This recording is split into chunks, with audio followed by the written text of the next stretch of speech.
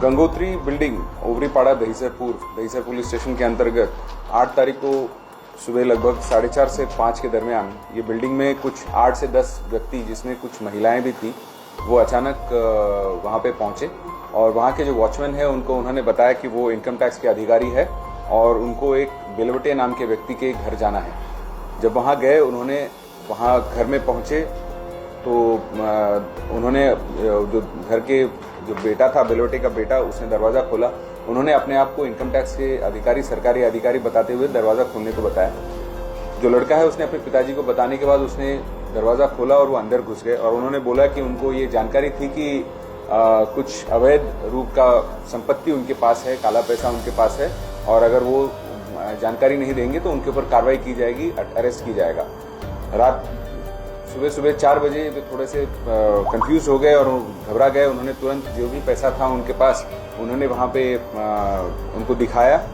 वहां पे पैसा उन्होंने उनका जमा किया। उसके बाद लगभग जो फैमिली के 4 मोबाइल से सारे हाई एंड मोबाइल लगभग 1.25 लाख के मोबाइल है वो भी उन्होंने लिए, वो तुरंत बंद कर दिए और उन्होंने बोला कि हम जो आपके पड़ोसी है उनको भी हम उनके यहाँ पे भी चेक करना है वगैरह वगैरह। और जब ये पैसा लेके अचानक से वो गायब हो गए। कुछ देर बाद जब उनको पता चला कि हमारे पास कोई भी किसी भी तरह का कोई कागजी मेमो या पंचनामा की कोई प्रत नहीं है, कोई फोन नंबर नहीं, हमारे भी मोबाइल नहीं है, तब उनको पहली बार शक हुआ। उसके बाद पड़ोसी में जाना ऐसा बताया था वो भी नहीं गए, तब शक हुआ तो वो तुरंत उनको ऐसा लगा कि हम ठगे गए हैं और तुरंत वो पुलिस स्टेशन में रिपोर्टिंग की। इसमें लगभग 80,40,000 रुपए का उन्होंने वो ठगे गए थे और 1,12,000 के मोबाइल जो है वो लेके गए थे। दहीसर पुलिस स्टेशन ने तुरंत गुनाह दाखिल करते हुए लगभग 3 से 4 डिटेक्शन की टीम जो है इस कार्रवाई पे उन्होंने अंजाम देना शुरू कर दिया और 3 दिन के अंदर हमने अब तक 13 आरोपी जो थे जिसमें जो प्रत्यक्ष और अप्रत्यक्ष रूप से इसमें शामिल थे उन सबको हमने अरेस्ट किया है। अभी भी 4 व्यक्ति जो है वो अरेस्ट होना बाकी है। अभी बाकी की कार्रवाई शुरू है। उनकी कस्टडी ली गई है।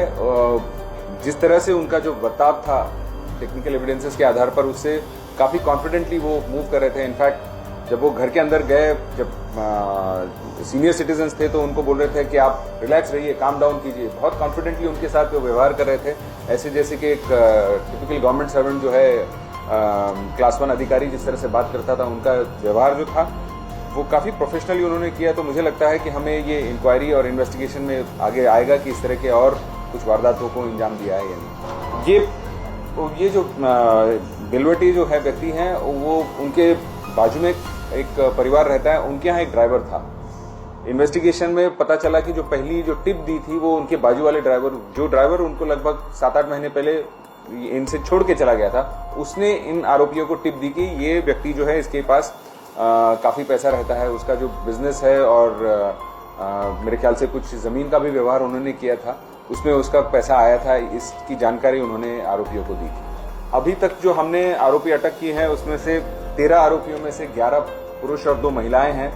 इसमें सारे छोटे मोटे, कोई छोटा मोटा रियल एस्टेट का काम कर रहा है, कोई कार्गो में काम कर रहा है और तो किसी का अभी तक तो क्रिमिनल रिकॉर्ड आया नहीं है, बट आगे की तफ्तीश जारी है। इसमें मैं जरूर बताना चाहूंगा कि टेक्निकल एविडेंसेस के आधार पर सबसे पहले जो हमारे सीसीटीवी फुटेज है, मुंबई पुलिस के फुटेज में पहला क्लू हमको वहीं से मिला, क्योंकि ये 3-4 गाड़ियां इकट्ठा जा रही थी तो वो ट्रेस करते हुए हमको पहला ऑटो रिक्शा जो था वो हमको मिला, जिसमें हमको नंबर के आधार पर ऑटो रिक्शा ओनर के हम पहुंच गए और फिर वहां से फिर एक के बाद एक सारे के सारे आरोपी अरेस्ट हुए। ऑटो रिक्शा वाला वो ऑटो रिक्शा ड्राइवर करके ही आया था, पर उसको ये बताया गया था कि कोई ना कोई काम, अच्छा काम है ये बता के, और ये काम की उसको बाकायदा 50,000 रुपए मिले थे, मतलब वो भी उतना ही सहभागी उसमें था। इसमें मास्टरमाइंड जो है वो अल्ताफ मोहम्मद कागदी और समीर उम्र 32 वो था। ये जो कार्रवाई पूरी चल रही थी तब अल्ताफ और उसकी वाइफ बाहर जो गाड़ियां खड़ी थी उसी में बैठे थे, उन्होंने अपने आप को एक्सपोज नहीं किया था। पहला जो पूरा प्लानिंग है वो पूरा इन्होंने किया था, पर वो बाहर खड़े थे और बाकी जो है वो पूरा अंदर गए थे। इसमें जो अभी तक जो 13 आरोपी है उनके नाम मैं बोलता हूँ। Sameer Kitkar 38 years, Shailesh Pawar 36 years, Kundan Gawade 40 years, Prabhakar Palande 41 years, Ajay Jadhav 40 years, Narendra Marchande 40, Santosh Dubey 42, Rajendra Nishad 27, Altaf Kagdi 32, Sujit Soni 29, Anthony Thomas Vadakken 39, Shrimati Babita Chauhan 25 और श्रीमती कुमुदिनी ज्ञानोबा बढ़े 43। ये अल्ताफ कागदी जो है उसका पहले ऐसे बताया जाता है कि भंडारदारा में कोई छोटा मोटा होटल था, बट वो लॉस में गया इसलिए उसने बंद कर दिया और अभी कुछ खास काम नहीं कर रहा। मुझे लगता है कि आपके माध्यम से मैं ये जरूर बताना चाहूंगा कि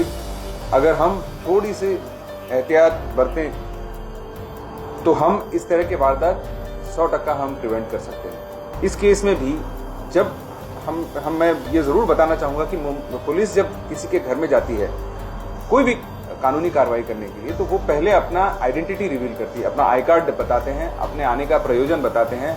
अगर कोई वारंट है तो वारंट दिखाते हैं, अगर सर्च वारंट है, अरेस्ट वारंट है, NBW non bailable bailable warrant है तो उसका एक कागज होता है। इनकम टैक्स अधिकारी भी जब जाते हैं तो उनको एक ऑर्डर उनके वरिष्ठ अधिकारी से ऑर्डर प्राप्त होता है। इस तरह की अगर ऑर्डर या कोई भी कागज वो अगर मांगते तो मुझे नहीं लगता कि ये वारदात होती।